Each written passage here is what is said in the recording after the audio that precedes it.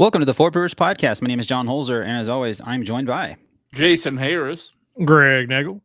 And this week on the show, we're doing another random show, actually jam-packed full of some really good beers, very Firestone Walker heavy. I've got really nothing to say to kick off the show, so why don't we just jump right into it? Beer! Start drinking some beers. This was a pretty epic, I wouldn't say week. January has been a pretty epic month for beer releases, specifically from Firestone Walker and Russian River. They did a collab called Stevo, which is the beer I'm starting off with. And I think Greg's going to probably start with that beer as well. This is how they get you to forget that they delayed Pliny the Younger. Yeah, well, no, they did announce it on their Instagram, and there were plenty of pissed off people. The thing I noticed about that, a lot of people said, I already bought plane tickets and booked a hotel, and they said, please DM us. And I'm like, what are they going to like compensate them or somehow help them out? Let's see your receipts, because I think you're probably just bullshitting. Honestly, maybe, I wouldn't be surprised if their PR person is like, oh shit, can you show me like proof of that? All right, we'll mail you some bottles or some shit, right? Maybe, like, yeah, we'll take care of you. That's not a bad. I mean, they're good people, right? So. Like Jason said, they delayed the release of Pliny the Younger by a month, I think. They moved it from February to March. In March, yeah. And, that's one of those events that people in the past have, it's a pilgrimage, right? And you book everything in advance because there's probably not going to be a lot of hotels available. And you want to have all your ducks in a row. And while I understand people may have done this year, you still have to tread lightly with these kind of things because you don't know what's going to happen. Like, especially with COVID right now. Yeah. We're in the thick of it again. I mean, in the news this week, I guess Adele was supposed to do a residency in Vegas. Oh God, I saw her video. But she canceled it the night before it was supposed to start. Like, yeah. It was like you didn't know a week ago that it was you weren't done. Like, yeah, I heard a week before video, the show, you should be like, all right, we can't pull it off. Her video was just her sobbing and being like, we're missing half of our crew due to COVID, and things are supply chains delayed, and I believe her on that. But I'm just watching this going, my God, will you stop crying and you knew all I understand you're upset, ago. but Jesus fucking Christ, like. Oh, I don't care. I don't care about being upset. I'm like, you don't wait. If you know you're not there a week out, then you're not there. I didn't know it was the day before. That makes it even worse. Yeah. Yeah, it was like Friday night, and people were like, I'm already checked into my hotel. Like, what the fuck? Yeah. That's dicked. Dude. But either way, you know what, Adele? Keep showing your emotions. That's what got you where you are. Yeah. Well, I don't care if she shows her emotions. These days, I was annoyed.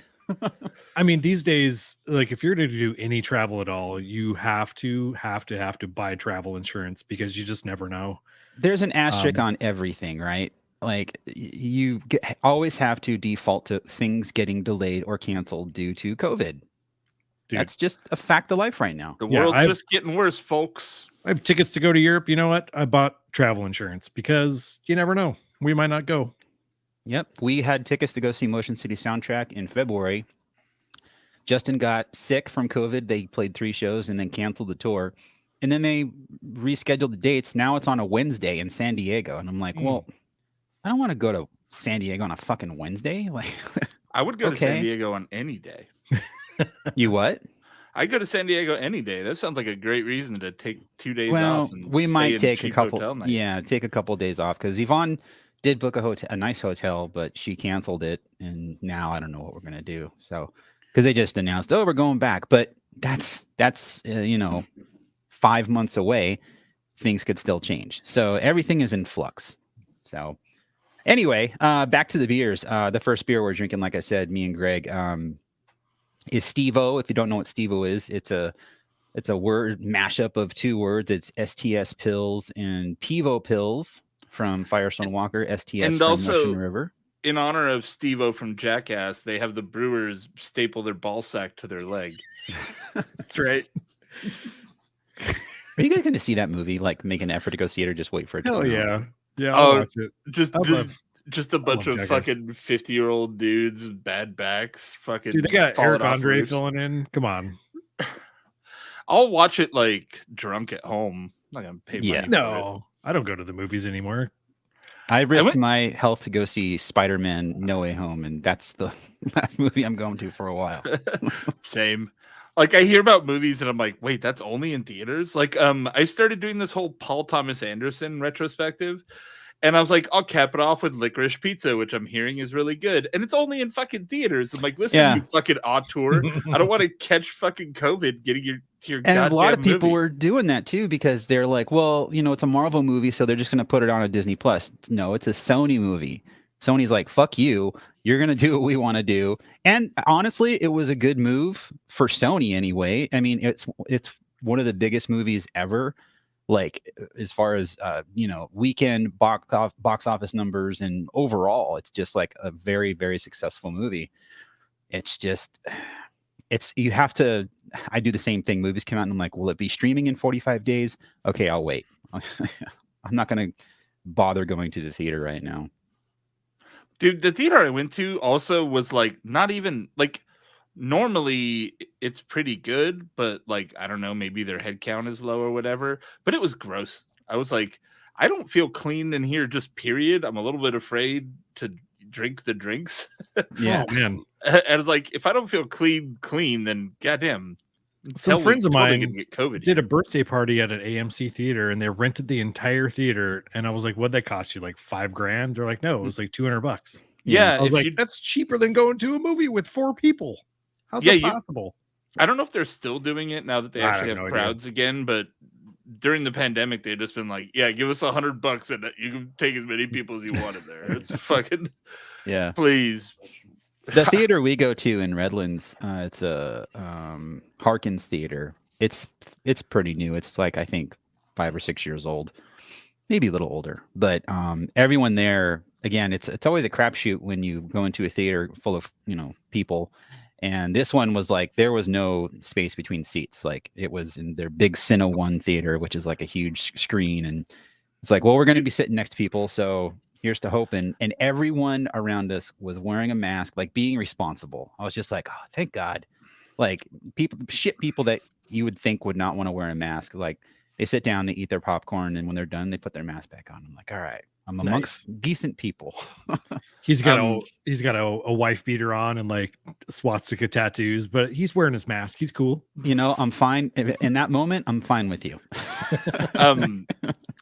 I went to see it at a XD theater. So it's like Star Tours seats. It was actually kind of wild.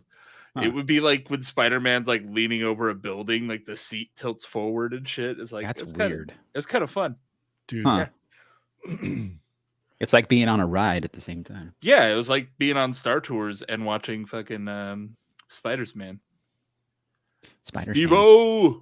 Anyway, this is a Keller beer, by the way. So it's an unfiltered pills, and it is goddamn delicious. I bought 16 cans of this. I bought four packs. Were you just saying it's a killer beer with an LA accent? It's a Keller beer. So Keller. It's a Keller beer. Yeah, it's just a fantastic beer. It's really surprisingly soft. It's nice and fluffy. It's got no harsh edges to it. It's just a extremely drinkable beer. There's no like it's it's the perfect Keller Pills where you don't have to think about it. It's just good drinking. Yeah. You know It's what I mean? 4 IBU too, according to Untapped, which seems a bit low, but it is. 4? It should be like 40. Yeah, I'm thinking it's like, There's some bitterness there. It's yeah, not there's definitely completely- bitterness. I'm like, am I drinking this wrong? Like, what am I tasting here? But yeah. At the same time, Greg also has Mine Haze, which is also 40 IBU. So Okay. if that So gives you gonna- some perspective on this beer. And now I'm going to challenge you, gentlemen, to a lager off because you have a lager between two heavy hitter lager breweries. But this lager here, Italian style Terrifica Horror Pills, Ooh. is a collab with Wayfinder, Heater Allen, and Modern Times. Ooh. Oh, that's nice. So those are some big hitters, especially in the lager game. The label is dope. It looks like the DVD cover of like an Italian horror movie. Yeah. Oh yeah. Yeah. It's really cool looking. Yeah. And this beer has I was listening to the Full Pints podcast with Matt Bernaldson and Vinny, and they were talking about how this beer came about and like what it's all about. And it's basically like a mashup of Pivo with severe hops, which is a kind of a nod to the Birrificio Italiano Italian pills. Pivo pills is, and then STS, Yeah. which is the And Keller pills. this beer, this isn't the first time they brewed it. This was originally brewed for their Firewalkers Invitational Beer Festival in 2016. yeah, I was going to say about 5 years ago. I remember that. It was good. Yeah, and this is a beer that you could pretty much only get at the fest or at, Firestone Walker, or maybe they had it at Russian River too. They were I don't handing know. this is the beer that they handed out to people in line as they're about to come into the festival. Oh, okay. As people are sitting in like 105-degree heat, waiting in Perfect. line. Yeah. And so they brew these pills just for that. Yeah. It's a fantastic beer. I mean, that booth was a barley wine a couple years before. I mean, I don't know. I'm fine with the either one. It was You paid your money. I think that's where they always do their like special beer. Like they made a special beer just for the fest, and a couple years earlier it was a barley wine they did with Three Floyds. So yeah, for me, this Watch your beer ticket. comes off like I said, it does have a bitter edge to it, but it's very like clean and fluffy, like Greg said. Little lemony, little bit of a fruit character in there. Big lemon. The hops kind of, they come off fruity like lemony, but still kind of earthy at the same time. It's not like I don't know. It's not like a Pils trying to be a hazy beer or a hazy IPA influenced beer. It definitely comes off like a nice traditional Italian Pils, I think. Just very clean and refreshing. And I was renovating my bathroom yesterday, and I started drinking these at around 2:30, and it was just, I worked my ass off yesterday. I woke up tired and sore, like just from everything I was doing. But man, this beer was killer. It was Keller while I was doing all that work. Like, it was the perfect beer for doing that work. Spoon. Yeah. I'm a Valley girl.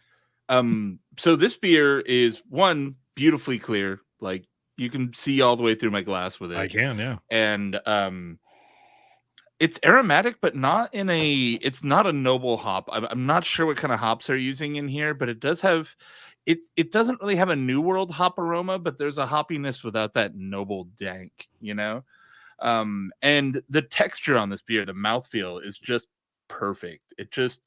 There's enough there that it's there. The malt character is the same way, where it's like this perfect balance of enough that you're getting some flavor, but not as big as like a Czech Pils.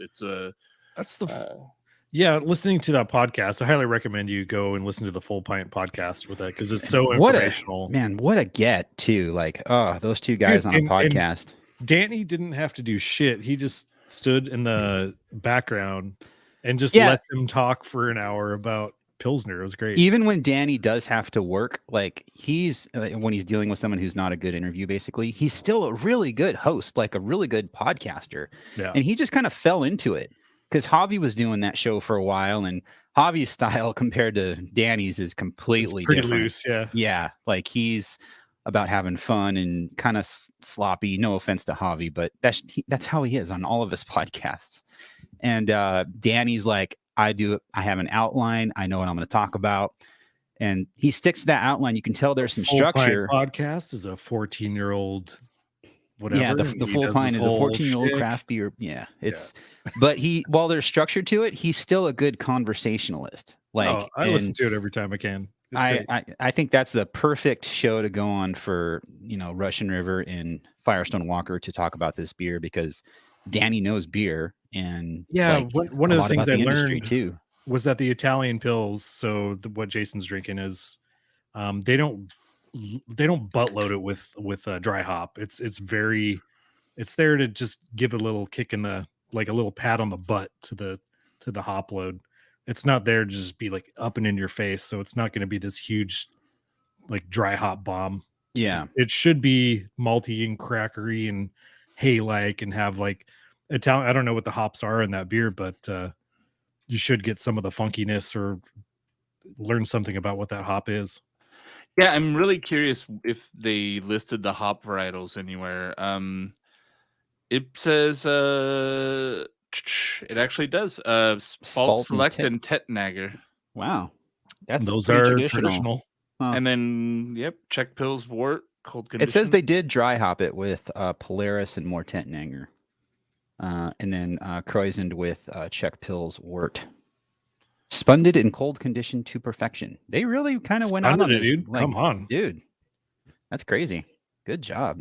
And another like heavy hitter lineup as far as breweries go with this collab. Heater Allen, Modern Times, and Wayfinder. That's Heater Allen is one of those lager breweries that whenever I see their stuff, I buy it. It's always good. I would put Wayfinder at the same level too. They do a lot of lagers, and their lagers are all top tier. Really, really good stuff from all those guys. And everyone knows Modern Times. Greg mentioned the malts on this, which I had failed to talk about. But yeah, it's a nice crackery, borderline sweet flavor, bready, really good. I opened another can, and fresh out of the can, you get a hint of sulfur, just a hint.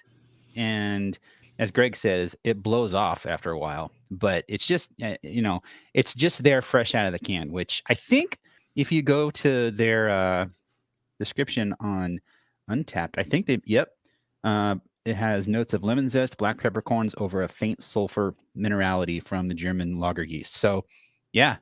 and it's Keller, so they're not filtering. There's no post-production. Yeah, I suppose if they did filter it, you would not get that sulfur character, or it would be way less, because it sounds like it is a characteristic of the yeast. It's not like an off thing. Yeah. So, the other impressive thing about this beer is that it's sold out. Like, dude, we're in a quick. We've made it to a place where a craft lager sold out in an afternoon. I set a reminder for it, and just like I would for any other beer release, and I stopped what I was doing and made sure I got some. Yeah, that's awesome though. It's good job, beer drinkers. I'm not really hip to what's popular these days. Like, I'm sure hazies and stuff are still popular, but it seems like it's not like when you think of a brewery like Monkish, it's not like it was before. Dude, even Monkish is cranking out classics. Like, they have a Schwartz beer. They had a They just released Feminist in cans. Yeah. I was like, that's fucking such cool. A beautiful beer. Like, yeah, awesome. Hibiscus, so it just seems like the hype has kind of died down a little bit, while sales are still continuing and beers are selling out like this one. Like, I didn't see a lot of people talking about this saying, oh yeah, I got Stevo. It was just sold out. That's it. Okay. And now you can get it at the brewery. I saw a lot of people. I saw a fair amount of people talking about it. I saw a bunch of chatter on Twitter and oh, really? Different people I know too. Yeah. People are hyped on that beer. My next beer is a Dortmunder export, motherfuckers. Oh, it is nice. Export 66 again from Wayfinder. Just Wayfinder this time, no collab breweries, and I was excited to see that. It's not a style you run into very often. Yeah, I can't tell you the last time I had a Dortmunder. I think that was when Barley Forge was still around, and they had Grandpa Tractor. Oh yeah. I will say I don't exactly remember what the characteristics are of a Dortmunder. Greg, you're a German beer consultant. Well, I think Yeah, you're I'm about to still tell us, swallowing Jason. Well, there's Dortmund is on the Rhine River, I think, on the eastern side of Germany, and I think the export version is like it's basically like a stronger export lager, so it's going to be higher in the ABVs. I mean, we're again in a look at that. You can see the pattern on my freaking fingerprint on my hand through this glass. It's crazy. Nice foamy head. It's actually hanging out a little bit. Good, 3/4 inch of fluffy on the fluffy head on the top. Always good to see. Yep, it's got a noble hop aroma. Not crazy. It's not like a Czech. It is more towards like the German side. yeah, it's sort of like the malt liquor, German malt liquor, but it's a lager. My next beer. I'm sorry. Go ahead, Jason. German malt liquor is pretty perfect on how to put this with in the bad way, actually, I would say, which is it's just 5.6 is a little bit much for this. It's taking on those weird sweet characteristics that you get when you push a very light lager up into over 5%. It's what makes malt liquor generally taste kind of bad, and it's not Totally. undrinkable, but it's I don't know. This needed something else, I think. Oh, that sucks. It's good, but again, it's closer to malt liquor than it is to like something great, like the last beer we had. What's the ABV on a typical Dortmunder? Like 4 or 5 or something? 4.5? Because 5.6 doesn't seem that high. I mean, yeah, that's at the mid range for me. But I thought Dortmund just pushed like the 6%. But I mean, typically all those German lagers are around what a Pilsner is. I mean, like a Helles Pilsner around the 5 to 5.5 or something. Yeah, huh? Yeah, on Untapped, this has a 3.94 for a fucking, Dortmunder lager. That's pretty damn good. Yeah, it's good. There's just and maybe this is not as noticeable to people who aren't the co-host of Cheap Beer Corner, but there's a very specific taste that you get in malt liquors that comes from just cranking the ABV too high on a lager. Corn.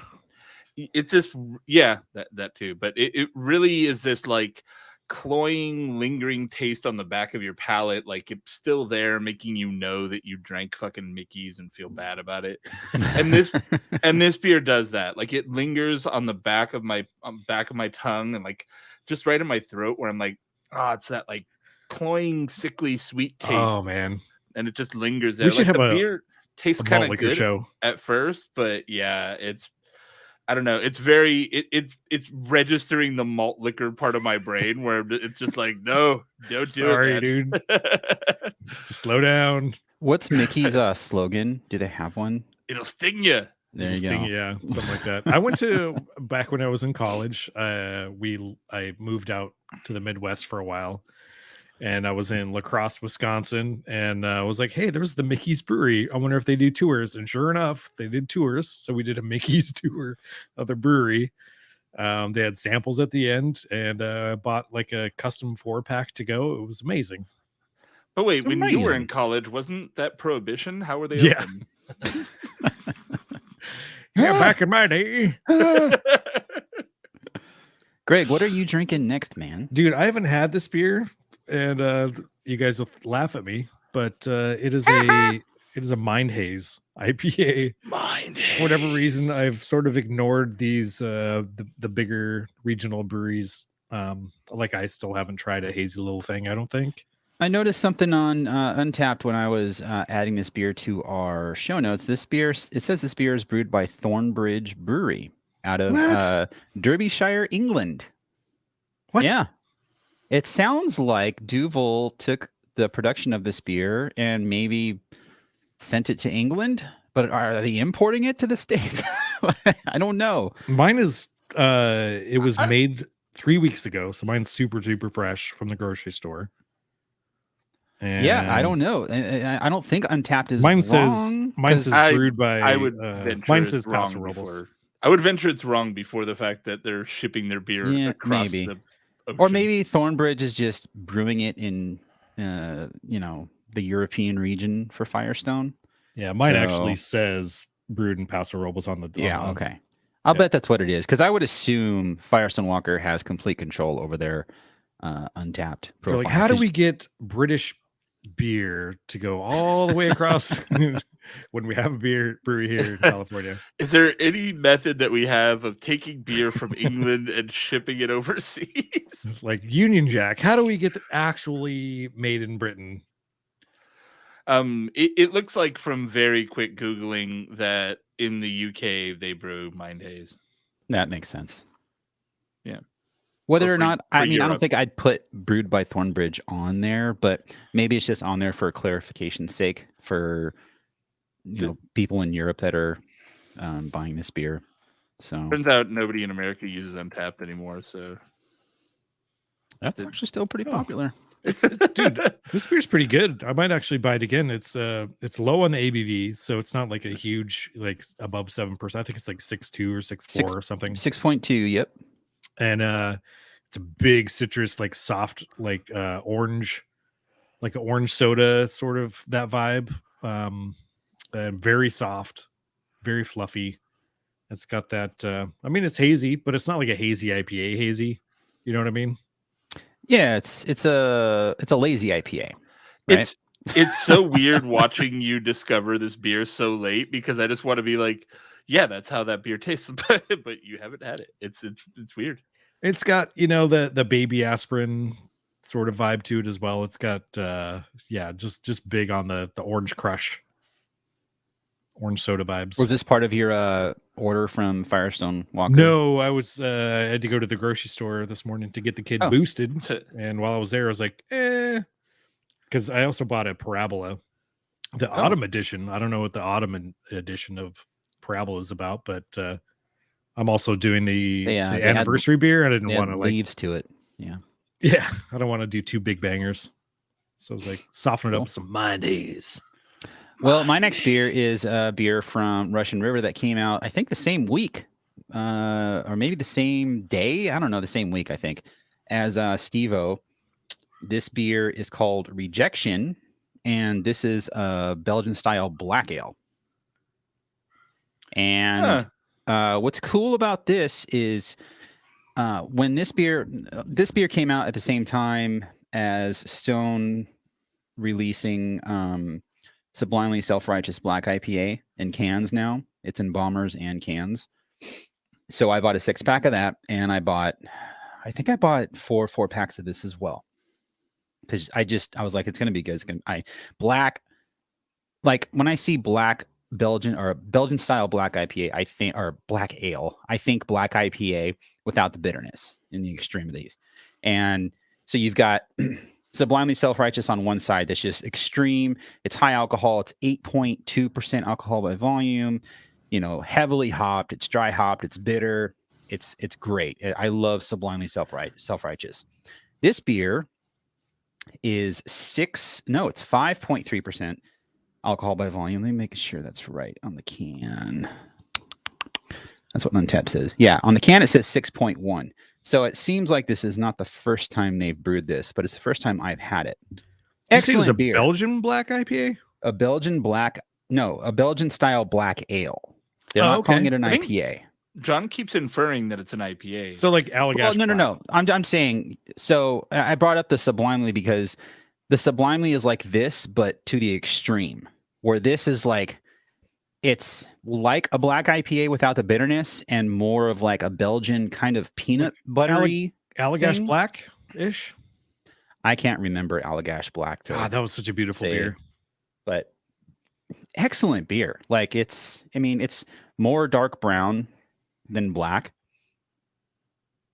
Yeah, it is kind of a robust porter looking. Yeah, but just a really clean, easy drinking black ale. You think black ale and you think roasty and like ashy and all smoky. It's not like that at all. It's more of a sweet, almost I'd say a dessert beer that's not to the extreme. It's not like a pastry beer or anything. It's a very complimentary beer for food. You could pair this with a pizza or Mexican food or I don't know, Italian food. Like it just seems like a very versatile beer for doing all that. Nice. It actually complements the Stevo very well because it's very refreshing and easy to drink. Like it's just a great beer. So What's the ABV on it? I didn't see. 6.1.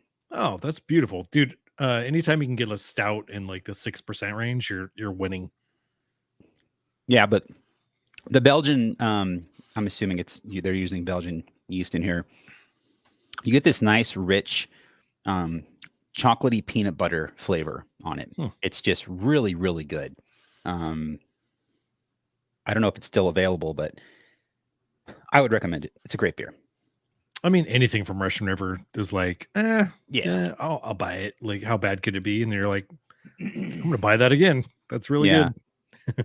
I forgot who it was. Someone who judges beer. I'm gonna probably cut this out, but god damn it.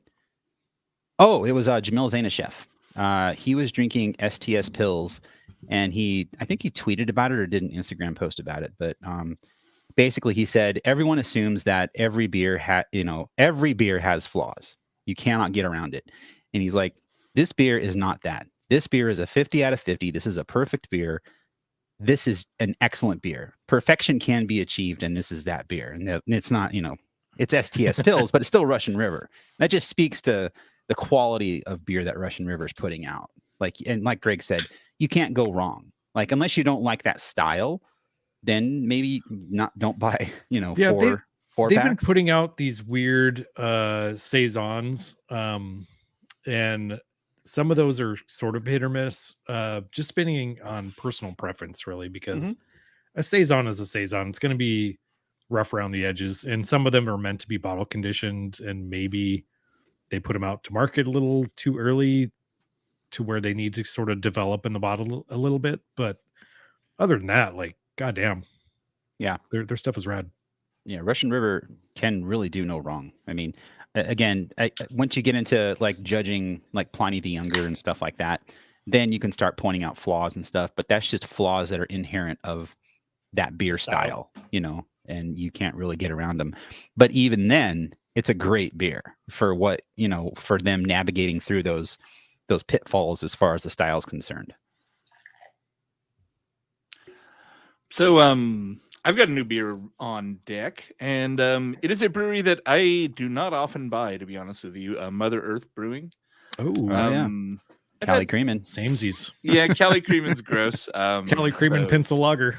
That beer sells. I mean, pencil shaving lager. But that beer's gross. And so I kind of don't go to them very much, but I thought this was really cool. They did a in memoriam hazy IPA for Nate Sirocco. This got a painting of him on the can and everything, and in loving memory. I thought that's just really cool.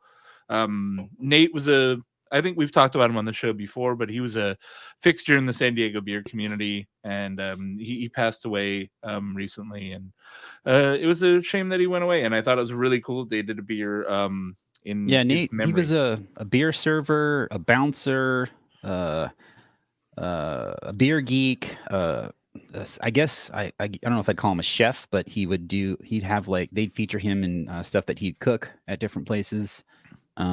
Just a very well-rounded, talented dude, and just the nicest guy. Even though he didn't look like, he looked very intimidating if you didn't know anything about him, but once you got to know him, he's just super cool. So this beer is a hazy boy. It looks like a hazy boy that kind of clear, like a wheat beer. It's actually got a really good aroma. I was surprised when I poured it in the glass how much aroma we were getting out of it. Again, it's like kind of non-distinct tropical hops, like hop schmeary. A little bit of that orange juice kind of nose to it, that orange Julius thing. 4.13 on Untappd. That says a lot.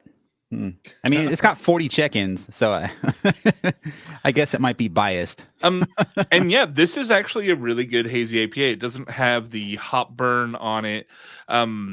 This feels like when hazy IPAs first started getting big, remember the whole big thing was #juice and how juicy they tasted, and everything was very like orange juice kind of flavory. Yeah, this beer is that. It's very orange juicy.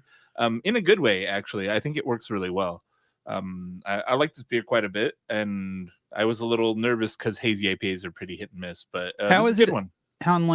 How is it on like mouthfeel heaviness? Because that's the thing that usually turns me off to most hazy IPAs is they're just kind of a slog to get through. They're filling as fuck, right? Yeah. It does like coat the inside of your mouth. I think part of that it has like kind of a silkiness to it, which is nice on the tongue, but it then does just kind of linger that flavor. Like it's all like almost like you had something syrupy, a little bit of a syrupiness to it, right? It's like riding this weird line between silky and syrupy where it feels like it sticks to the roof of your mouth a little bit.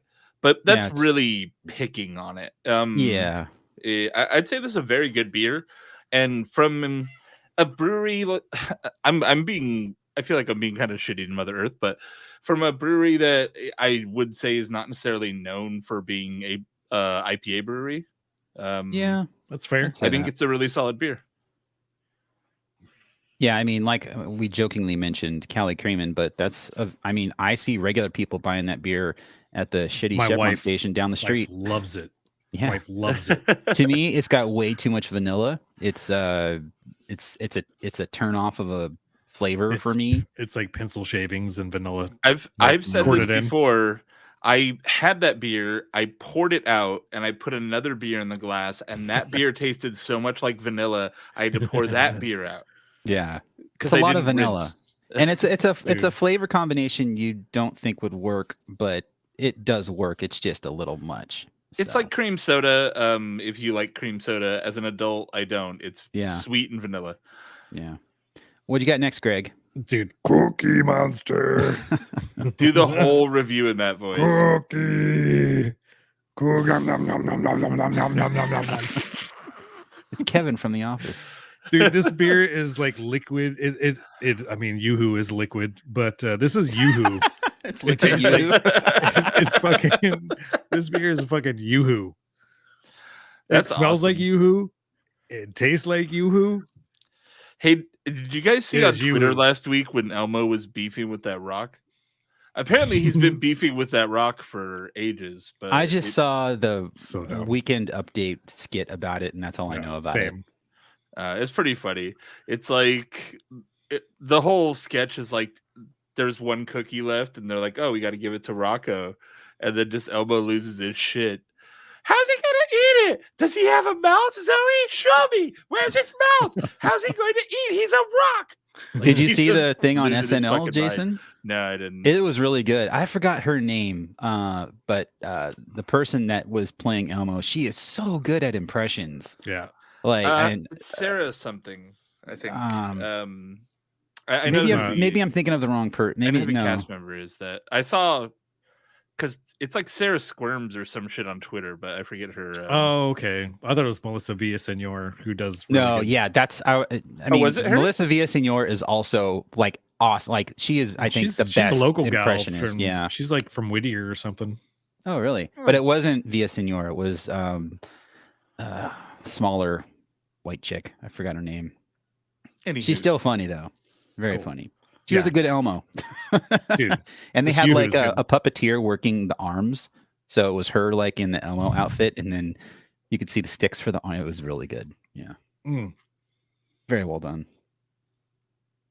Dude. And did Colin Jost have a kid with what's her name? He's dating Scarlett Johansson. I think he said he has a 6-month-old. I'm like, damn, like he locked it in. It's crazy. Really? He said he has a 6-month-old, and he's a handsome dude. I think I mean, Pete Davidson pulls in. God Pete knows Davidson is a fucking what. And anomaly. he's weird. He Howard gives me Stern hope. talks about him all the time, and it's just like, I don't know why. It's probably just because he has a big unit, and yeah, Okay. everyone wants to fuck him. I don't know. Jason just had a computer him. crash, so he'll be back in a minute. All right, no worries. Let's hit the brakes. Let's put on our pause music. Okay. I assume it's Twitter approved. I mean, Yeah, it's or Twitch royalty free. Let's see. Feeding the ducks. Waiting for Jason. Welcome to the Four Brewers Podcast. Waiting for Jason's computer.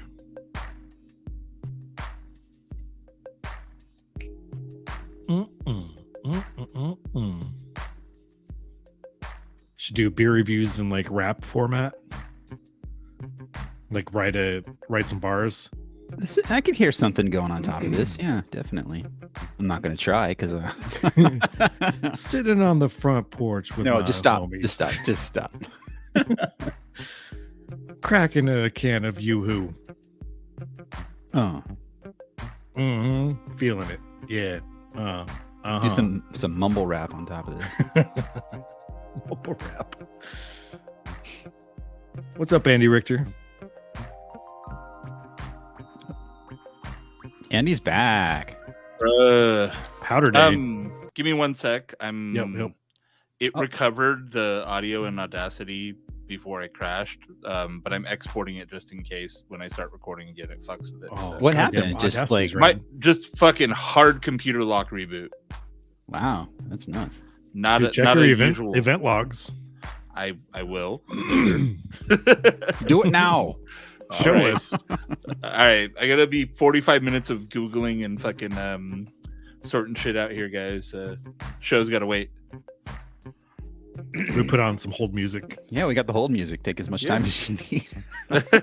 Everything is good Oh when you man, got the groove. you know what'd be awesome is if we could get the music from Reply All, that like hold music. Oh yeah, that was a fun episode. Like they did multiples on, I think, trying to find that music. Yeah, man, I love the fucking balls on these people.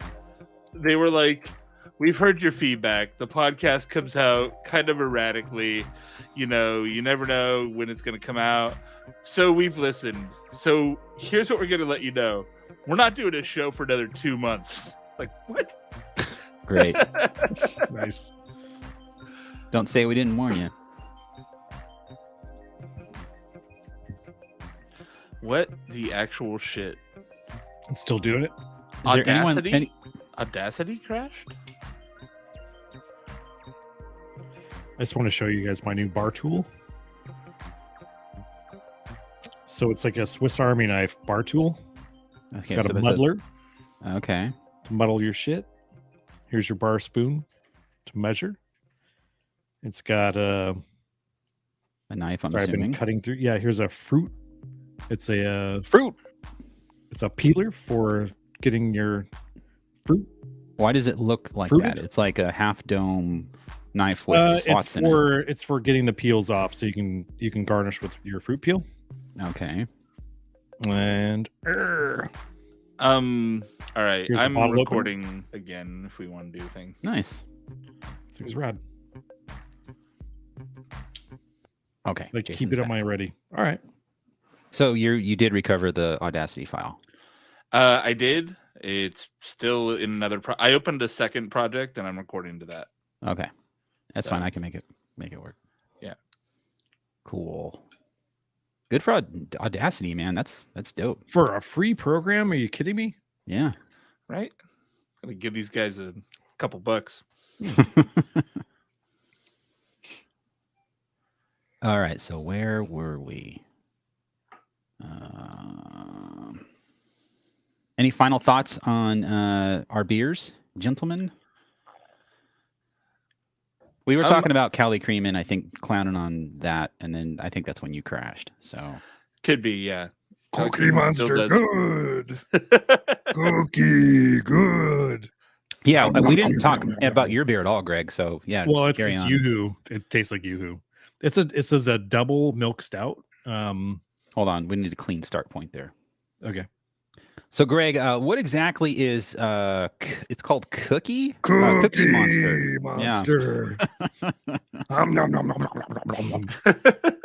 It's a double milk stout. I can't read the ABV because my room's sort of weird lighting. Gonna get your I just reader. ate- can't read the ABV. It's 8. But goddamn, dude, if it's chocolate milk, Yeah, it is chocolatey and milky and delicious. It's They not call it overly sweet. a double milk stout. So, Yeah, it's not bitter at all. Like you can give this to your kid and then be like, thanks for I mean, the. we don't condone that, but yeah. No. I mean, if your kid is 18, in Minecraft, 18 and able to have some drinking. 18. you can get your child drunk in Minecraft. If your child is 21. If your child is 18 and you live in Europe, then you can give this to your child. Yeah, exactly. My daughter likes beer, so I'm sure she'd like this. But well, I mean, you're her father. You can, you know. You can if do you're whatever cool with the it, hell you then that's in your I give her a bar spoon full of it, and she'd be good. You know, baby won't stop crying. Give him a little double IPA. Settle him down. Dude, right? double That's IPA. what I'm talking about. Yeah. I think that would upset Baby them. IPA. Yeah. No, they're Double like, milk oh, stout. wow. Though. Now I she can needs really that. taste the She needs hops. that triple monkish. Only the baby gets the best. Get some How power old is plant. she? 16, 15? 15, yeah. 15. She going to start driving here soon? We're talking about it. Oh. It's gonna take over my car. I'm gonna get a new car. Beep, beep, So beep, beep. excited. Yeah. Great excuse to get a new car for yourself, man. God, man, yeah, right. I've had my car for 11 years now. That's the lunchbox, right? Mm-hmm. Nice. The XP's a tank. It's basically a Toyota Camry drivetrain with better wrapping around it, so it's more usable. Yeah, I dig it. I love Scions. I wish they kept making them. Yeah, they kind of went lazy on them, I think. The first generation were fun and cool. I had a TC for a long time. Mm-hmm. Was she excited for the When We Were Young one-day festival that no one's probably going to go to because it's going to be canceled? Are you asking if Greg's daughter was excited for the festival? Well, she's a fan of that genre in general, I think. Dude, my daughter has way Not that she more can go, but breadth of music taste than I ever did at her age. Like I was just like listening to Orange County skate rock, skate punk back in the day. She listens to she knows words to songs that I'm like, how do you know the words to every Duran Duran song? Because they come up in every music app now, like Spotify and Apple. And Dionne Warwick. It's almost turned on by default where the lyrics display while the song's playing. So you kind of just... That's good. Yeah. You gonna go, John? You gonna go see My Chemical Romance? Hell no. That's not your scene, huh? No, it is. I would love to see many of those bands, but a one-day festival, like it is too many bands for one day. Let's cut COVID out. Pretend COVID never existed. I would still not go. It's too much. It's too much for one day. Like, I agree. I don't see how that's going to happen. That being said, holy shit, the people on the internet got so stupid about it. It's like, oh wow, there are fully, like, I know these aren't 14-year-olds because no 14-year-old cares about these bands, but like, holy shit, people are like, yeah, I heard it's put on by the same people that did Astro World. This is gonna be another Fire Fest. It's like, because Live Nation is doing it. It's like Live Nation owns every venue in the fucking country. Yeah. Idiot. Like, I really think the only thing that's going to stop this from happening is mad COVID problems, and that's it. Yeah, it's mad Vegas. cow. I don't give a shit. So, but too many bands, and it's fucking $250. I mean, I went to one Warped Tour, and I enjoyed it for what it was, but I was like, I'm never doing this again because I just don't. I mean, multiple stages and trying to make a schedule it was too much. And I went to Warped Tour almost every year from 97 to like 2010. Wow. Yeah, I can say this festival, just the conflicts are going to be all day. Like, your whole day is going to be spent deciding which band you don't want to see. Yeah, because exactly. you have to pick. And but the problem is the list of bands on it's so difficult. It's what is it? Rosemary's Rosemary. It's a Sophie's Choice. Sophie's Choice. There you go. I'm thinking Rosemary's Baby. That's a different thing.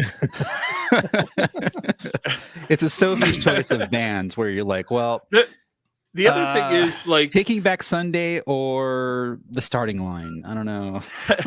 The other thing with that whole festival is like a lot of bands from the scene era, the scene era of music, like the MySpace scene era, which is really what these bands kind of encompass, is the shift in time where, you know, for as long as people were going into bands, they were explicitly in bands to bang teenage girls. And then like 10 years ago, people started not being cool with that. And these bands are right up against that blend where society was like, wait a minute, banging teenage girls is not appropriate. And people were in bands just to bang teenage girls. So like a lot of these bands have some troubling reports about them if you look into them, because it's just a problem of that era. So somebody was just like, yeah, the announcer between every band, and it cuts to this clip from wrestling, and it's just Vince McMahon saying, "Come on out, you rapist." I was like, holy shit. Good God. Also, the fact that was in wrestling, whatever the storyline was, that Vince McMahon just screams, "Come on out, you rapist." Made me laugh. So I just opened up my scroll. Your what? Oh, he has a Firestone beer. Firestone Walker I have a 25. Firestone scroll, yeah. I think before I we tried get to that, reading it in a I put a picture. I mean, but at this point, it's talked to death on the internet. But I still want to say, like, the list of bands for this show: My Chemical Romance, Paramore, AFI, The Used, Bring Me the Horizon, Taking Back Sunday, Dashboard, Avril Lavigne. Dude, I would see Avril Lavigne. I don't know if it's a actually. I choice could decision. give a shit about Avril Lavigne. That one's a weird one, especially putting her in the big letters. She's making a comeback, dude. She's on Travis Barker's label. Like, I mean, it's a thing. Neck Deep, Senses Failed, Neck Deep. Bright Eyes, Jimmy.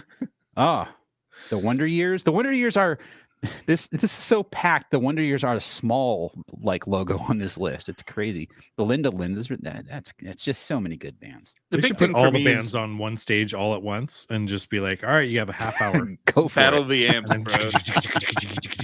And then everybody just like tramples each other to the death and then goes home. Anyway, Greg, what are you drinking now? You oh my God! scroll. So I hope here I declare on the 14th of 1985 that the Firestone Walker Brewing Company was born, and they've set and out. Henceforth it shall be known. and henceforth on the 25th anniversary to regale their brewing talents with a blend of barley wines and parabola with tequila barrel merkin aged in tequila barrels. Keep going. This is best. Read the whole thing. And it's got whiskey barrel wheat wine. And about the blending. So you started as like British and you're drifting into Orson Welles. It's filled with French excellence. The French. It's fermented in the bottle. Oh God, dude. Oh, bad. So yeah, obviously Firestone's 25th anniversary. 25 years, you guys. That's insane, right? Yeah. What's the blend on this? Because that's what 14, they give you on the scroll. So yeah, 14% parabola, 12% sticky monkey, and 7% tequila barrel aged merkin, and there's brandy barley wine, 13% of it. So for those that don't know, the way they make this beer is wait. I was reading the wrong percentages. So okay, that was the parabola. Is 14% alcohol. It's 41% parabola, which is a lot of parabola. Okay, you can't go wrong with parabola as your base. Yeah. And then sticky monkey is 10%, 28% of the tequila barrel thing, and 13% of it is the brandy barrel, and then a little hint of the whiskey barrel wheat wine, but a lot of parabola and a lot of the tequila. Nice. Yeah, for those that don't know, the way they do this, they invite local brewers, beer people, vintners from wineries, and just people that they think have good taste in beer and wine and spirits and not in general, or they're just friends of the brewery. Who knows? And they get together and they say, here's all of our barrel-aged beers, our funky stuff, our IPAs. Mix it up, do what you want, come up with a blend. With a bunch of LA beer media, we were up at like a Firestone junket. This is maybe like 6 or 7 years ago. And then they did a blending session with this, with us. and essentially you get all these pictures of all their components that are from their wood cellar. Mm-hmm. And you get pipettes that are graded like with how many milliliters or whatever. And so you make your custom blend and then you write it down on paper and then you give it to the staff and they'll go back and recreate it.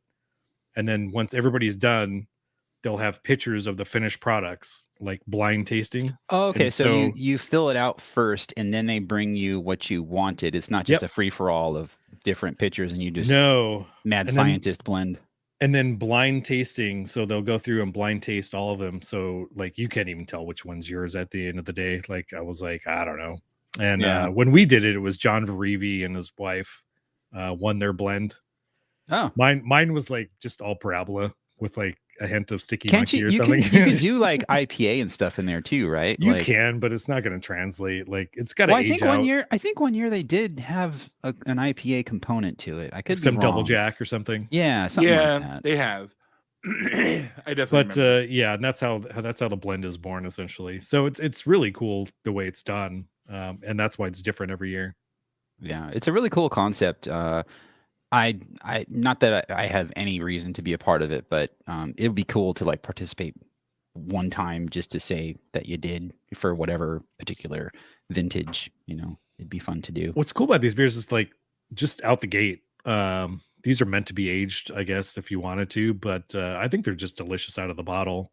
And yeah, they should be. Oh yeah, fantastic. It's a fantastic. It's not the most expensive thing. You're getting a 12-ounce bottle, and it's just full of delights. It's such a dessert. It's very marshmallow forward this year, like chocolate marshmallow and caramel. It's like a s'more. It's good. I'd like to know more about Parabola Autumn Edition. I'm going to look it up here on Yeah, I did buy a bottle of that. I didn't look at it. Oh, you did? Oh, you did? Okay. I did. Yep. You did buy a bottle of the Autumn Edition. Maybe it's just pulled out of the barrels in autumn, is what I'm assuming. I didn't really look. Well, let's see. On Untapped, it says it's got a 4.4. Wow.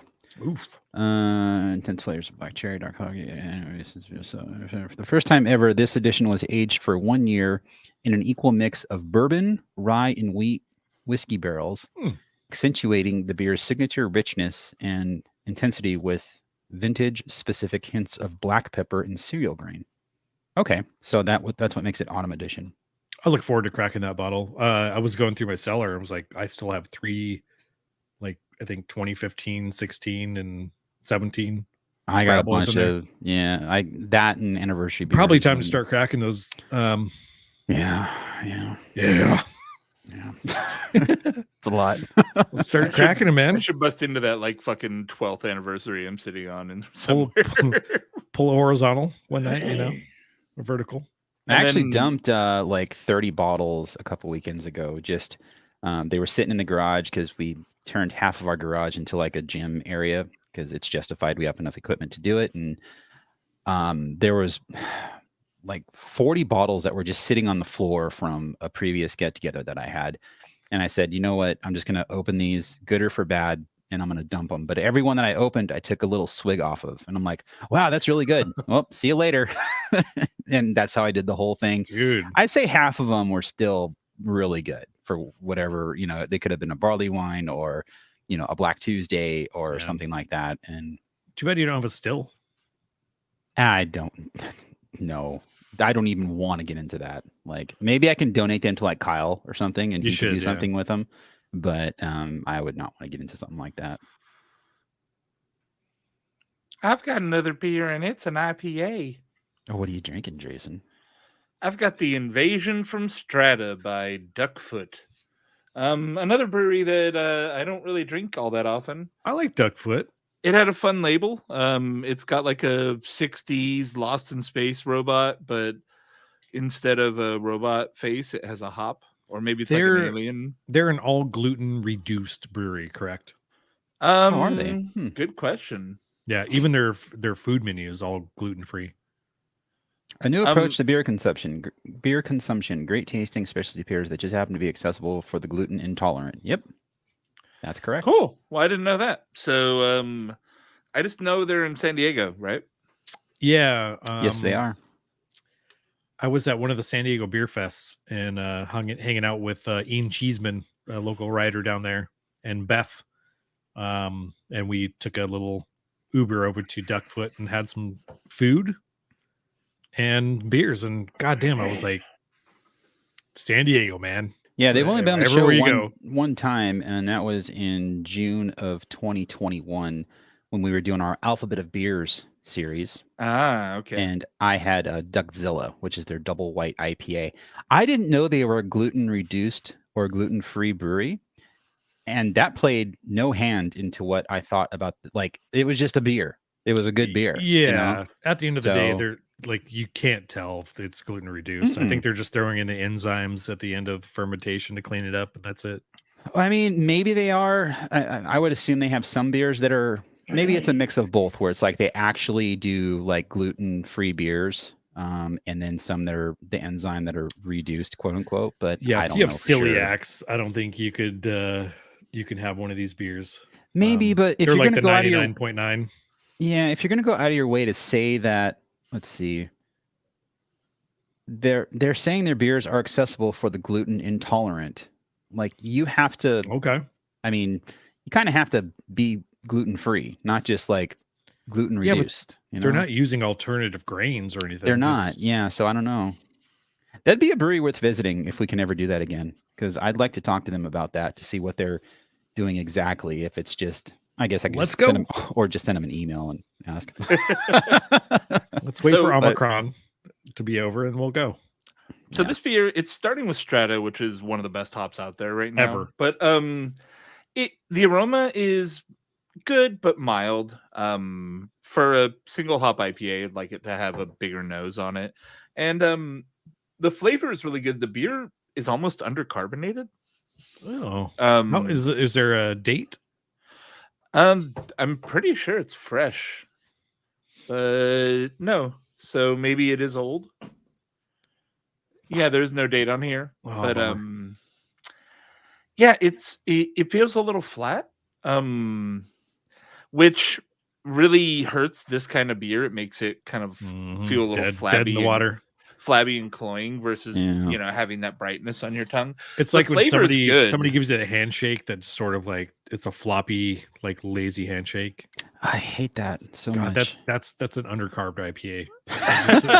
It hits you like tired hands. Tired hands is all about like the lazy handshake, but they have good carbonated beer, so we'll give them a pass.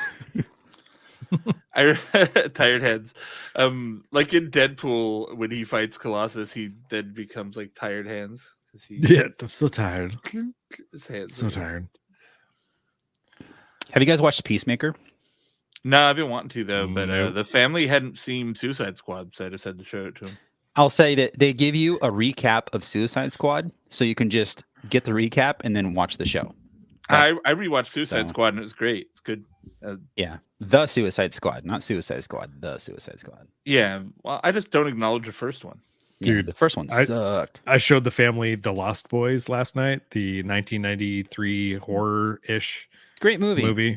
Mm-hmm. and because they're making a new one, I thought it'd be funny to show my daughter and my nephew, my niece, and they were just Trying like, to- "What is this?" Trying to turn them into huge goths. So bad. I'm gonna show you guys Bauhaus next. Yeah. And see these? They're called clove cigarettes. The opening. Here's your eyeliner. The opening for Peacemaker. It's one of the few that I don't skip. Like, you have like the Game of Thrones intro where it's like a minute long, and whoever made it, it's excellent. It's fantastic. It's a great opening, but I don't want to see it every time. This one, it makes me so happy. It's like a cheesy 80s rock song, and they do this choreographed dance thing. It's just delightful. the Game of Thrones one changes, right? Yeah, as the So, story like, changes. Yeah, And like, yeah, it'll kind of sometimes it hints at what's happening in the episode. right. Yeah, I don't Um, care. I skip it. I don't. I mean, skip- I wasn't that the hardcore. Yeah. The Narcos Mexico intro just has this really relaxing, like soft guitar song. So like, I leave it on. It's just like, I'm gonna go grab something from the kitchen real quick or whatever, and leave. See, the that's intro another going. one. Yeah, the Just- like the song from Peacemaker Yvonne started watching it last night with me. I've gone through all 4 episodes, and I was like, this song is just so good, and I've watched it on YouTube multiple times. Like, it's just, it hits me. It's great. I love it. If you like John Cena, check out Vacation Friends on Hulu. Okay. Will do. It's like the one guy is the friend from Get Out, the airport security guy. Oh yeah, that's a great fucking movie. I forget his name. It's like his name's like Delray something. Yeah, we were discussing watching that again, and I was like, Get Out is a movie that's only good for about one time until you forget about it. But it's I mean, even thinking about Get Out though, it's still kind of it's so good. Makes my hair like stand up. The guy with the hat. Oh my god, just it's crazy. Yeah. But that actor, him and his wife are on their honeymoon, and they meet like John Cena and his wife, and John Cena is just basically like a complete Florida man. And so the whole premise of the whole thing is him sucking them into fun situations. It's really funny. It's like just a goofball comedy, but it's funny. Yeah, John Cena is really like getting like into his groove as an actor. I like him. I think he's a really good actor.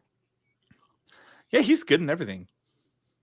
No. All wrestlers are just taking over Hollywood, dude. We got The Rock, John Cena. That's going to be 2028's fucking election. The Rock versus John Cena. I'm okay with that. I like John C. Reilly better than John Cena. John Cena Reilly. Dude, in my Paul Thomas Anderson retrospective, there is a lot of John C. Reilly. He's in like all his shit. For your health. Well, moving on for myself. This is a beer that's new to me from Stone Brewing Company. I'm drinking their Haze IPA. Ooh, that label. What is up with that label? Yeah, it's very kind of 60s or 60s, yeah, 70s throwback. I don't know, 60s or 70s, like. Yeah, it's trying to do that purple haze Woodstock kind of vibe. There you go. That's the tie-in. Yeah, 6.7%, and they call it an amazingly hazy IPA. It's a stovepipe. What's the 19.2. Oh baby. It says right there. At first, I thought that was ABV, and I was like, "Oh my god!" But no, it's the. Imagine the time. This is made with El Dorado, Azacca, and Sabro hops. Sabro. So I again, Stone IPAs. They're not bad, but they're not great. And I think this is them actually digging their heels in on an actual hazy IPA, not like an unfiltered thing or whatever. Like this, like Mind Haze is their flagship for Firestone Walker Hazy IPA, and this is Stone's flagship Hazy IPA. And this was canned on January 4th. How much of a bummer is it that it is a fully accurate statement that most people wouldn't argue with, that Stone IPAs are fine but not great? They're too samey. They really are. But I mean, at least I'll say this. Back to 10 years ago, right? Like Stone is a leader in IPA, and now they've just kind of fumbled it, man. Like they're not. I wish they're doing better. When other breweries are going up to Yakima and doing like the hand rubs with all the new hops that are coming out, I feel like Stone isn't even there. There's like whatever varietals you can give us, we'll throw those, because they probably have to deal with such huge amounts that they're like, we're just gonna buy this whole lot, I wonder what the issue actually is. But like Firestone doesn't have. Yeah, I think Stone's at a point where they probably do participate in that. They just don't. You don't see it. It's part of business. It doesn't end up in the bottle. It really feels like they went from a brewery where, I don't want to say like an artisan, but somebody who cared was coming up with recipes to try to do a specific thing. And it feels now that it's just kind of like a. Again, I don't want to turn this into a Stone dunking session. I think there's 2 parts of Stone. There's the Stone brewery that we get for mass market beers, and then there's the brewery that is like Liberty Station. Sure. The Chris Ketchum beers. Right. And so again, it feels like every time I bring Stone up on the show, they somehow get thrown under the bus in a certain way, which all right, I bring up too. Prove us wrong on this. No. Tell It's us how fine. this hazy is. I've said it though. Their mass market IPAs are kind of all samey, and they don't really. I mean, I guess if you put them side by side, you could taste the differences. But buying them like a Stone IPA 1 week and then waiting 2 weeks and buying Delicious IPA, I can tell subtle differences, but it's not anything spectacular. And so, point is, this is their hazy. They're calling it a hazy IPA, straight up. So it's their flagship hazy. I've never had it, and I needed a third beer, so I wanted to try it, and it was super fresh. Like it was canned 2 weeks ago. I would have bought that as well. Like 19.2 though. It's a stovepipe for a 6.7 can. I think that's fine. I guess that's beats buying a 6-pack of it.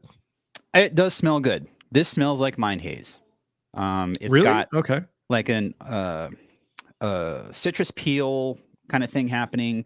Not a lot of candy aroma. Not a lot of like malt candy sugar, dude, on the nose. I just poured the rest of my Mind Haze in my glass from earlier, and it's got the sugar cookie thing. Sugar cookies. Sugar cookies.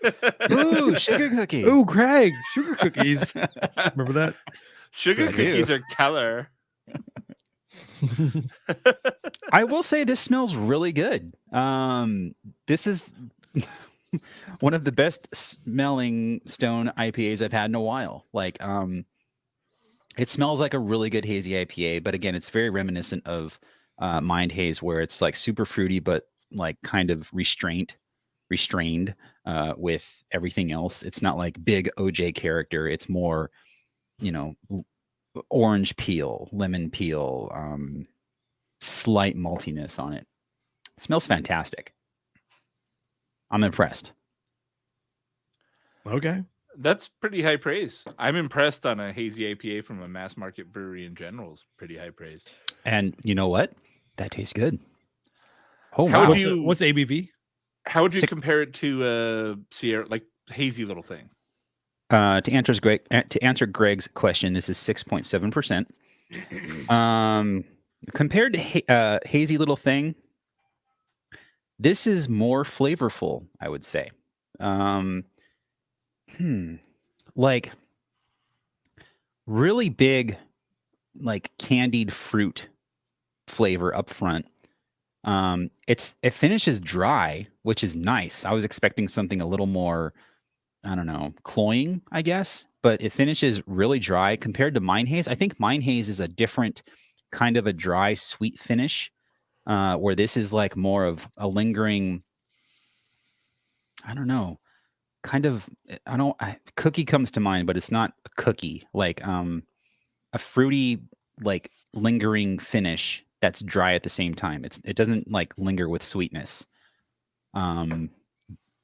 Decent mouthfeel, like it's tongue coating, but it's not like, it doesn't have the bad qualities of hazy IPAs where it's like kind of gritty or it lingers too long.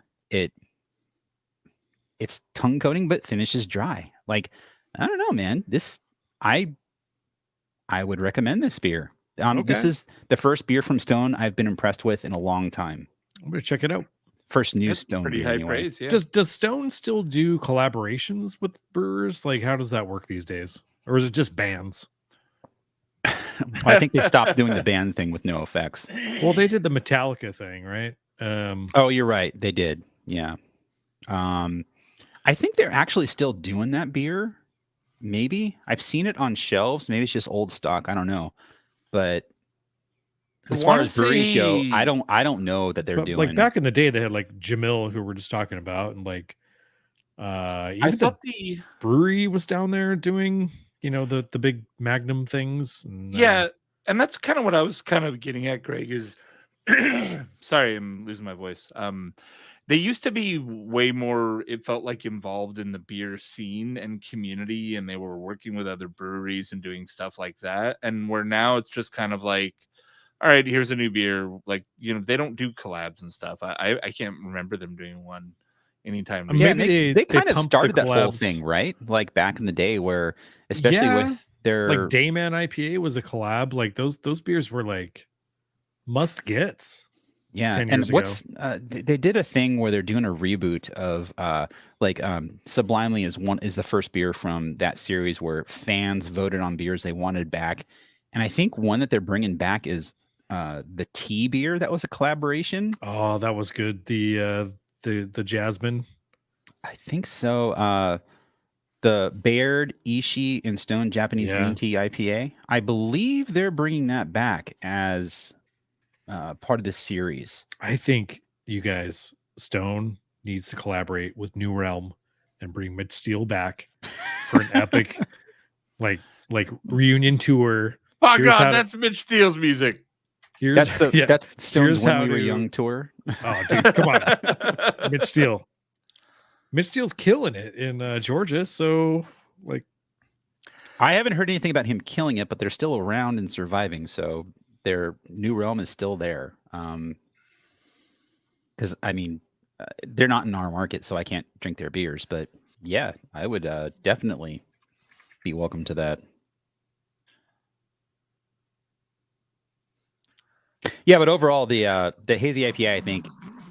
What? it was There's the just dead an awkward silence. pause. I'm like, I'm just gonna wait. Let's gonna let this hang. Well, someone had to pick it up. Overall, I think again, I don't know. I don't like the art on this can. It seems like they're kind of half-assing it, but It's Lucky Charms with beer. it's a good beer. It's fruity. It's got all of the, I think, mass market qualities you would want from a hazy IPA, but done very well. I'm impressed. Good job, Stone. I'll check it out. Like, why not? And for me, like Firestone, come on, man. The Propagator is like the best thing to happen to their brewery to like appeal to like nerds like us. And they did it in Southern California. Like, yeah, like awesome. Oh man. We can get these like these super hype like one-off beers and oh dude, it's such a treat. Yeah. So are we done? I don't know. Jason, you got another or you're good? No, I'm good. Yeah. Then I think we should just end it there unless anyone has final thoughts. Unless we want first show, fourth show. Yeah, I think we're good. No, I'm done. Yeah, I think we're all done. We can talk about maybe next show or something. Do we want to do another Windsor curated show? Yeah, it'd be fun. Whenever. Well, like maybe like we could start each month with one. I would like to kind of do, if we're doing the show, the Windsor beers, that we could put it up a week or two before we do it, so people can get it if they want it. Yeah, that was the point. We just need to get in that groove. So hit Scott up for some beers. We'll post about it this week or next. And let's say we'll do Scott's show on the 5th of February. Then that's the first week. So sounds good. I'll say ship us. I'm going to have them ship us 2 at once to be more value oriented, efficient with the shipping. Yeah. Because the shipping, like, obviously there's room in the box for 2 shows. So like, and it's the same price. Yeah, it makes a lot more sense. I'm going to say, okay, we're done with Belgium, Scott. Can we move on from De La Seine? And I don't have much left to say about Belgium. That's true. I mean, I think we picked over the best, unless we want to do Cantillon bottles or something, but right. I do not want to do Cantillon. No, like, it's not going to happen. It's good beer, but I don't want to drink it. I listen to me. I don't want to pay for it. What an asshole I am. I mean, they're good love beers. Cantillon, but I just don't want to drink it right now. Cantillons are best when you have your homies over and you can split a bottle. Yeah, I agree. I'd rather be Cantillon. I want to give a shout out to Ben FTW in the Twitch stream for subscribing with Prime. Thank you very much. And OC Beer for gifting a sub to Lemonade 3000. Of all people, Lemonade 3000. Nice. Yeah, gifted, baby. Hey, I just saw on Twitter that the guitarist of infamous Nazi band Screwdriver died of COVID. Oh, darn. So sweet. Fuck thanks, Jesus. Another dead Nazi.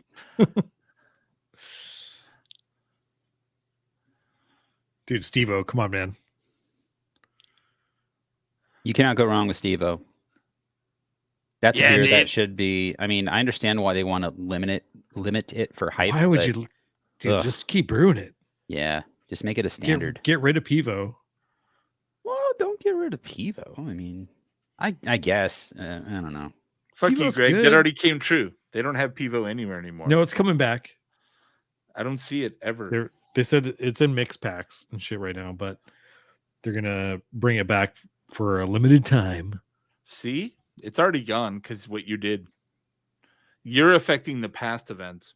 I don't care. I don't know. I watched this movie fucking with Justin Long called The Wave, and it plays with the timelines in a weird way where like stuff is happening in the movie and you're like, how did that happen? And then like later the character does it, but like it's weird. So my brain is working that way. I'm like, well, maybe he just went back to here and did this, and I'm like, oh yeah, no, that's. Is it kind of Pulp Fiction style ish? No, but it's like the puzzle pieces all come together where you're like, this thing happened and nobody can remember why, and then it happens. You're like, oh, that's why that happened. It's weird. It's a cool movie. It's kind of trippy. A lot of like psychedelic visuals and shit. But it's also like this just 90-minute one shot like. Interesting weird movie, which we don't get very much of that anymore. One shot, yeah, like it's just one movie. It's not trying to be a fucking thing. Okay, it's just you know like not like one camera shot, like no. Oh yeah, no, it's not like 1917 where that movie, like the movie is kind of like but like if you're a film geek, I'm like, how the fuck did they pull this off in one shot? Yeah, I saw a couple behind the scenes things where they show everything happening like. It's all choreographed in real time, and it's a trip. Like you have to have your shit together to, like, have like it's a collaborative effort between everyone on the set. It's nuts. It's like a play that's being filmed. Yeah, in real time. It's crazy. I was gonna say too. Station 11 is another show that I was. I'll be right back. Watching. It was looking good. David Cross is in it, and I thought when I saw him, like, oh no, what's happening? But he's actually really good in the show. I just saw Ozark came back, and I'm very excited. I didn't see that, really. Yeah, the final season just dropped. So is that season 4? Yeah, 4. I mean, they're kind of getting to a point where you're like, God damn, where can they go with this? Yeah, it needs to end kind of thing. Yeah. Did you watch the last thing of Dexter? Dexter? No, I was never super into Dexter. Oh, okay. It's good. So let's see if any of these files actually exported. The first half of the show crashes Audacity every time I export it. That's fine. I'll just get it off of StreamYard. So your audio sounds great on StreamYard, so I'm assuming it'll sound fine on the second half of your file as well. StreamYard adds some like compression, and you know it's not as good as a local recording, but it's good enough that no one's going to tell. But I prefer the local recording, obviously. Yeah, it just I've tried 3 times and Audacity's crashed every time. No worries, I got it.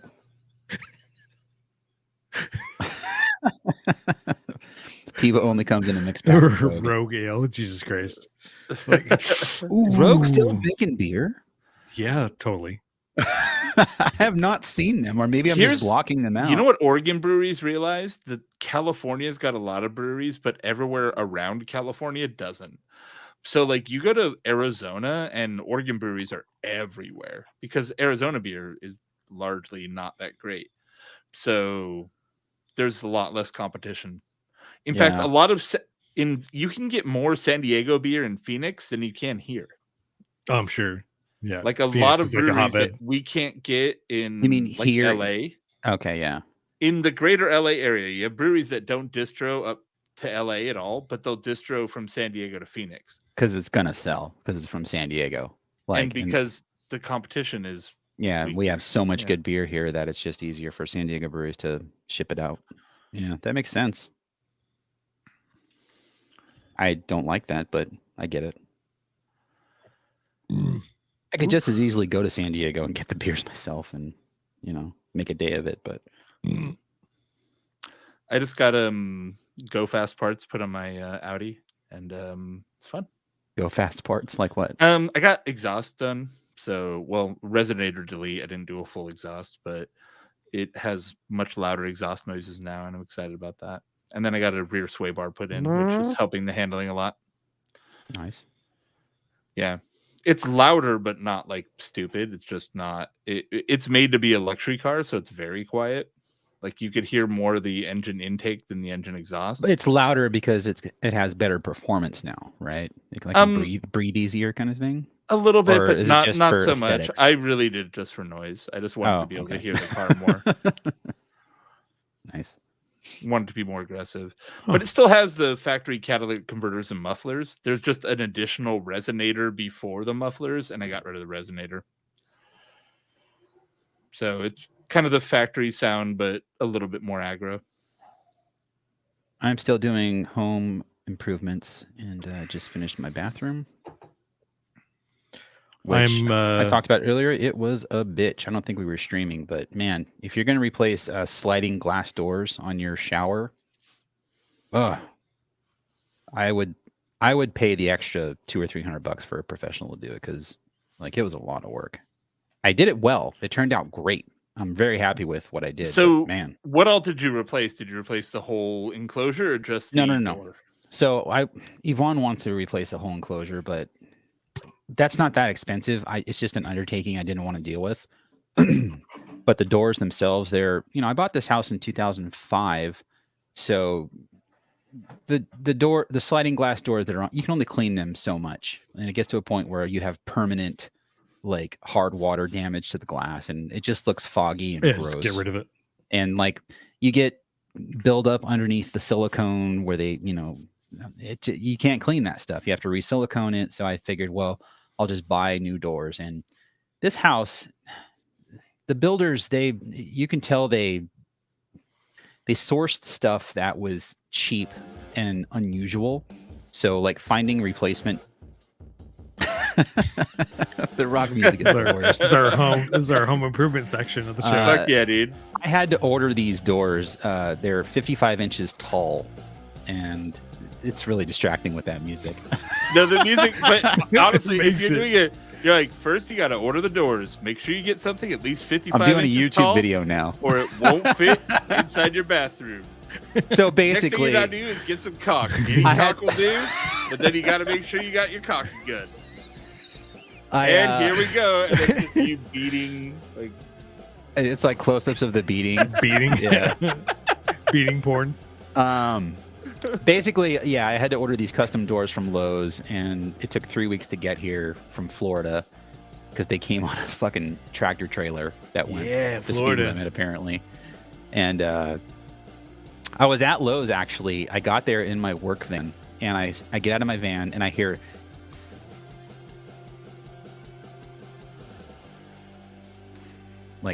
is that a flat? Is something in my tire?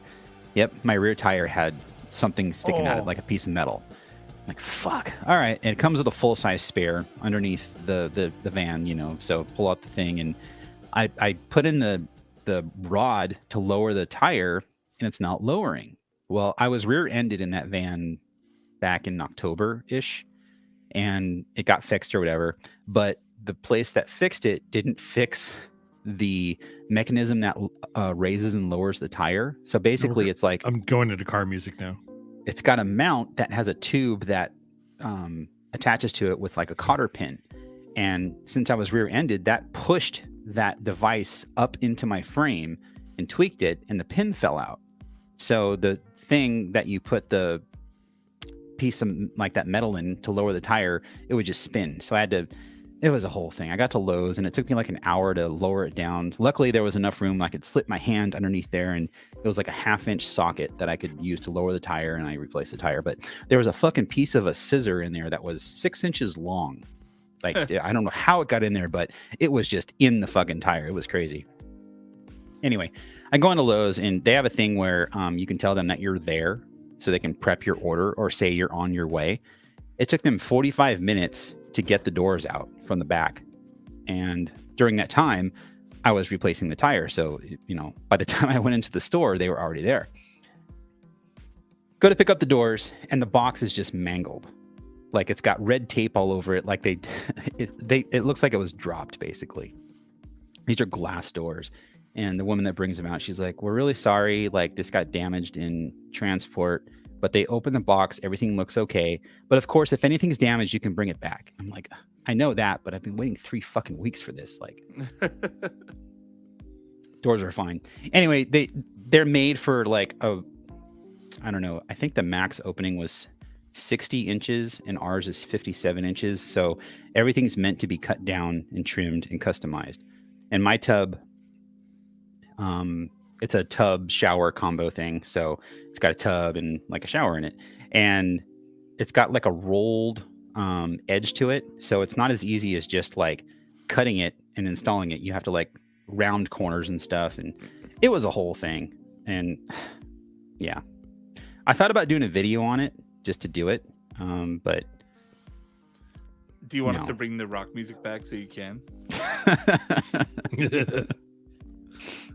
But yeah, that and then I thoroughly cleaned the shower and tub. Like I did like a 15-year clean on it where I just scrubbed the hell out of everything. And it was like a great like back and like tricep workout for me. And I woke up in pain this morning. So home improvement talk. I've got to build a new fence. So I'm sure I'll be sore as fuck when I have to do that. Because mine is on its last legs. Buy an air compressor and a nail gun. That's my advice. My homie's got one. He's going to come by. There you go. Yeah. Looks Anyways, like Greg brought up... Anybody got any other garage dad topics they want to talk about? You want to talk about barbecues, New Balance shoes? What else? What do you guys? I need some New Balance shoes. What guy. Rand and Nance are up to. This guy needs some New Balance. He's heading out on the Great Western Trail. I also did a gym in my garage. Like, cleaned out the garage and... Ovaltine Court? Hold on, was that Ovaltine I have Court? no idea where this is. No, go back to the driveway. There was like in the script over the archway. Yeah. Drink your Ovaltine. Rich chocolatey Ovaltine.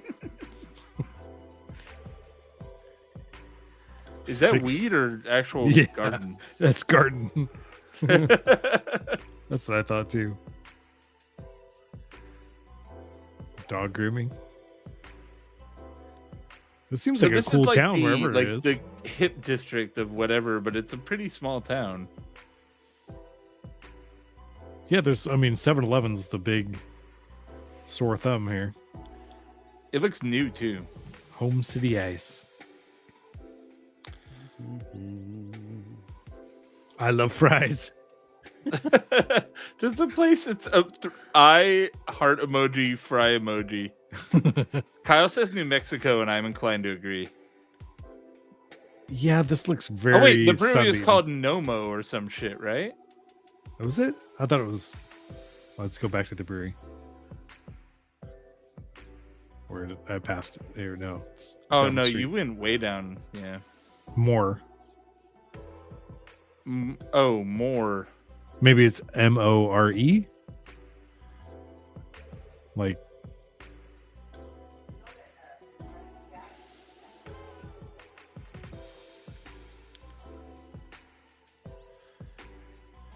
Like the hand, the henna hand on it. Like.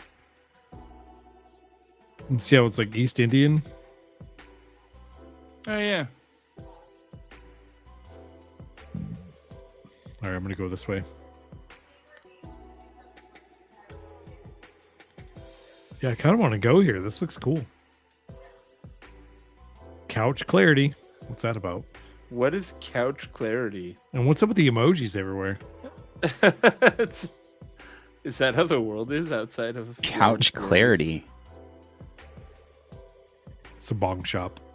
They have awesome couches.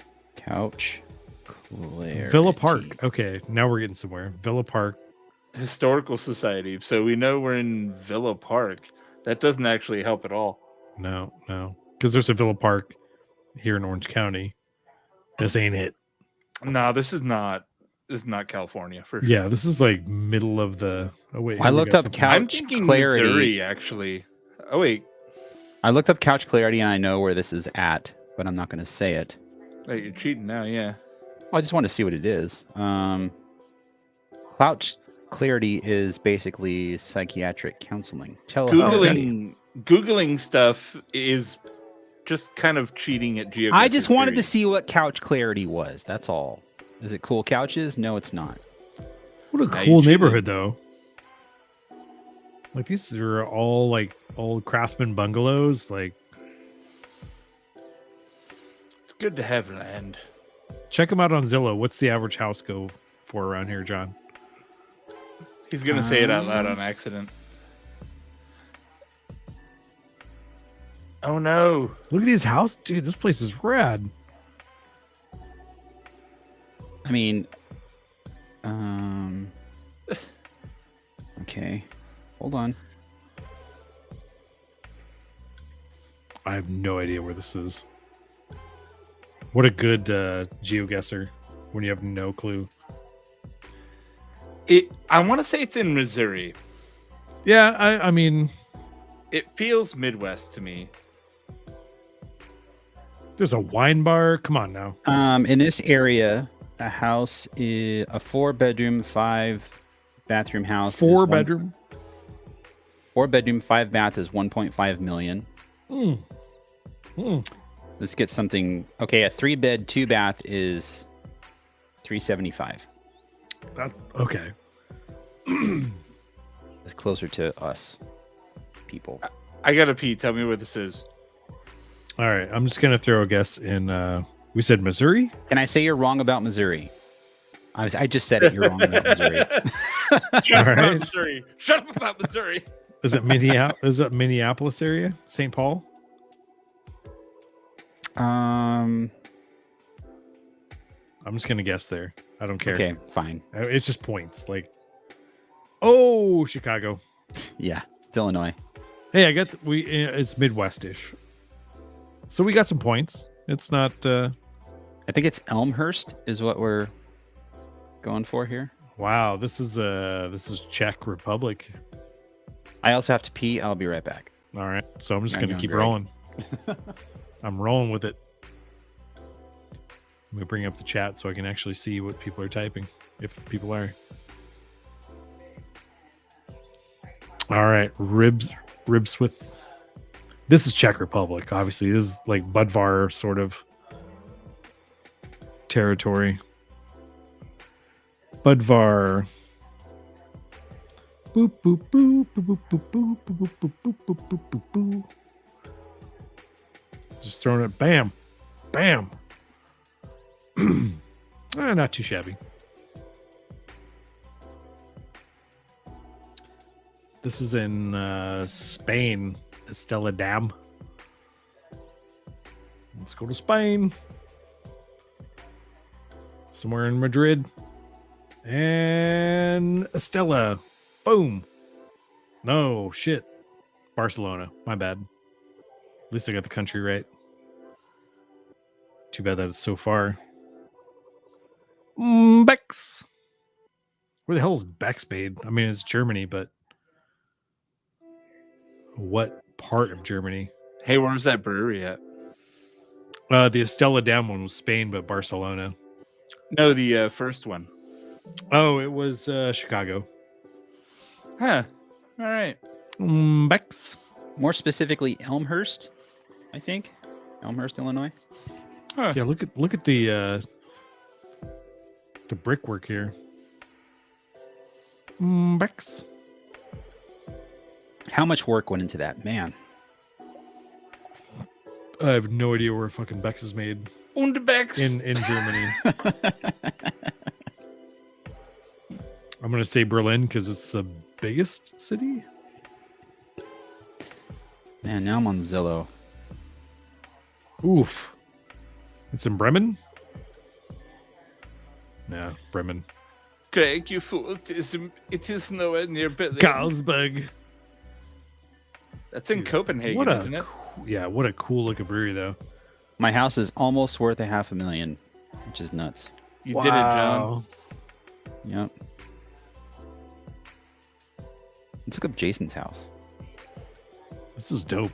I don't want to talk about what my house is worth on fucking stream. Well, I won't talk about it, but I'm gonna look it up. I know where you live. I've seen where you sleep.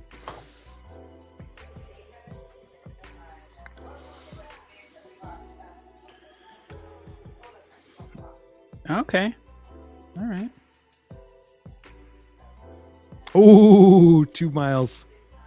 What about Greg's house? Greg's place has all things that are good. So we did all right. That was a good one. We should have listeners come up with GeoGuessers. Can Well, you then- like make your own and have people Yeah. go through it? Yeah, 100%. Thought it was random.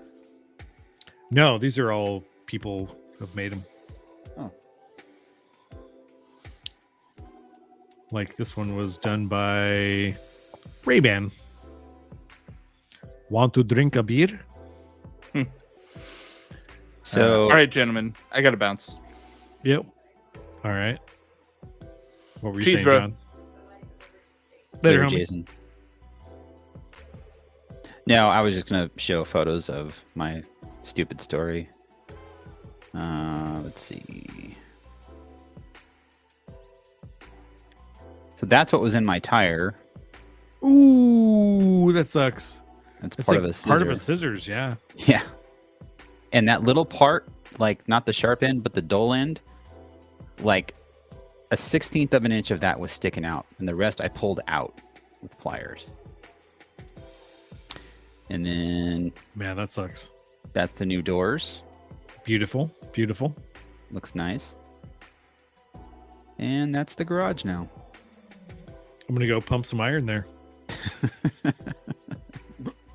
Anyway. All right, man. It was a good stream. We'll right. see you later. So I guess next week we're just doing a rando, and then the following we're doing a Windsor show. right? Windsor. Let's do it. All right. All right. Thanks to everyone for hanging out, and we'll see you guys next week.